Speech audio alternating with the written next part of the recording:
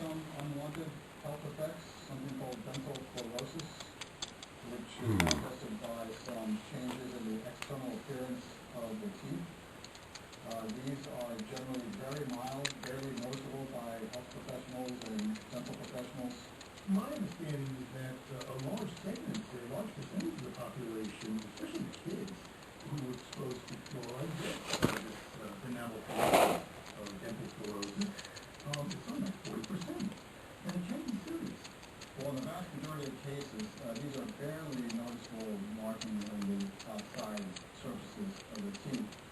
Doesn't affect tooth functioning, doesn't affect taking in foods for nutritional purposes. So we believe that the best way to proceed to maximize public health benefits is to make this adjustment and that will consider patients for the future and reduce fluorosis as well. What other adverse health effects are there? There are no definite links between fluoride and any systemic illnesses. There's a condition called skeletal fluorosis, but again, the EPA said it's maximum concentration levels to make sure. What's the date today? January 16th.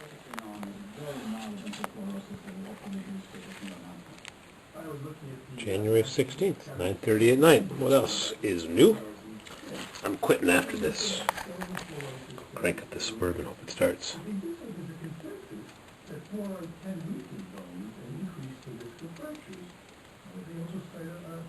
What did I say, the 16th?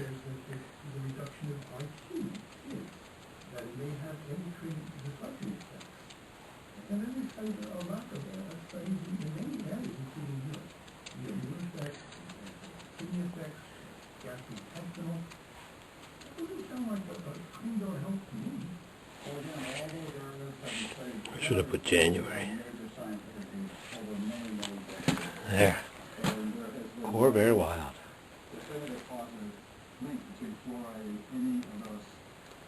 I've got all my lights working. Too bad electric bill is going to be astronomical.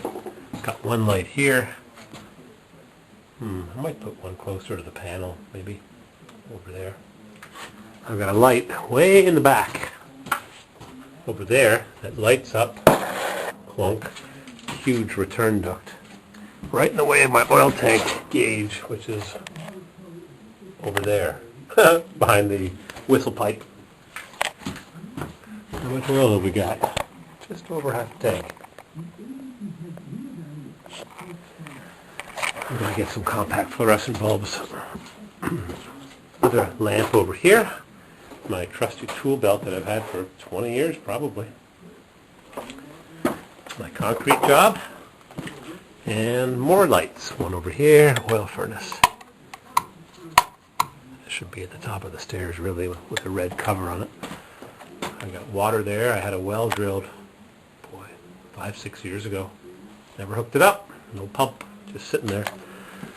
And I've got a light over here. I just hooked up.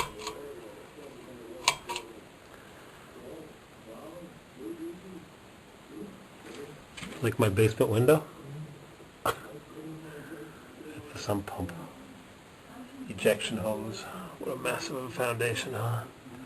Logs. This house is almost 200 years old. Probably built in 1820, it seems to me. The deed says there's a sump pump. Pump that water out.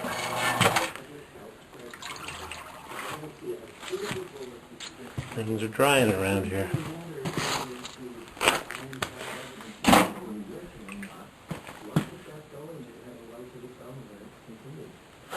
Alrighty, I'm closing up shop for tonight.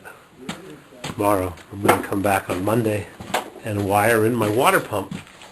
Right now it's got a dangly switch. Too much friggin' junk inside these boxes. They're just packed full. And it's stupid.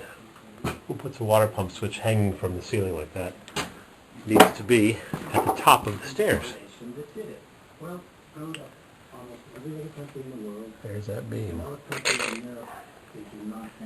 Let's go fire up the Suburban.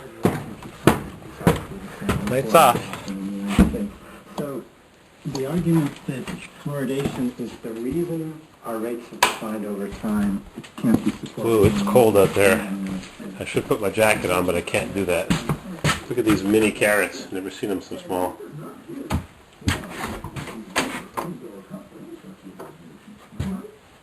Old house. Hand-hewed logs, all kinds of crap. Let's crank this baby up, eh? Good son Jack Crap was telling me a story that he bumped into some guy with a two-wheel drive Cummins towing a big fifth wheel with 700,000 miles. I said, they're from Canada. It's got to be kilometers. He says, nope, miles. Well, it's cold out here. This thing starts with that weak Napa premium starter and maybe one dead battery. Oh yeah, just above 0 Fahrenheit, 16 below Celsius. It's been sitting since 5:30, 4 hours. Oh boy. Jazz. Not a fan of jazz. Ready? Moonlit night. Crank her up! She wasn't fully cooled off. I could just tell. Oh yeah.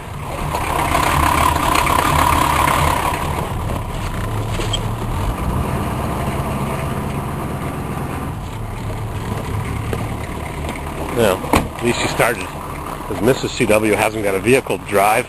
The Blazer's in the shop. I'll go pick it up tomorrow morning.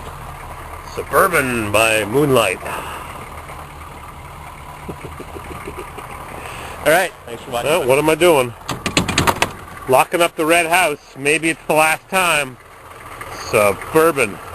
It seems that the agent for the buyer didn't have some documents in October,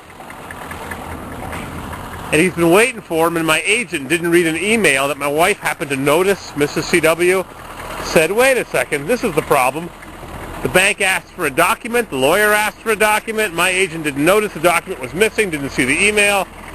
So, we may be closing on this property this week or next week and get it out of my life.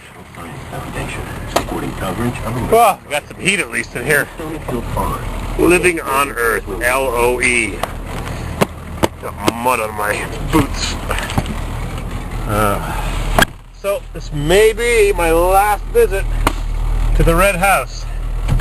Got her in four-wheel drive. Yep. Emergency brake off. And maybe the last time to see the red house. Where's the Toro home? I missed that Toro home. Good riddance. Got a nice new owner. Airstream Nut.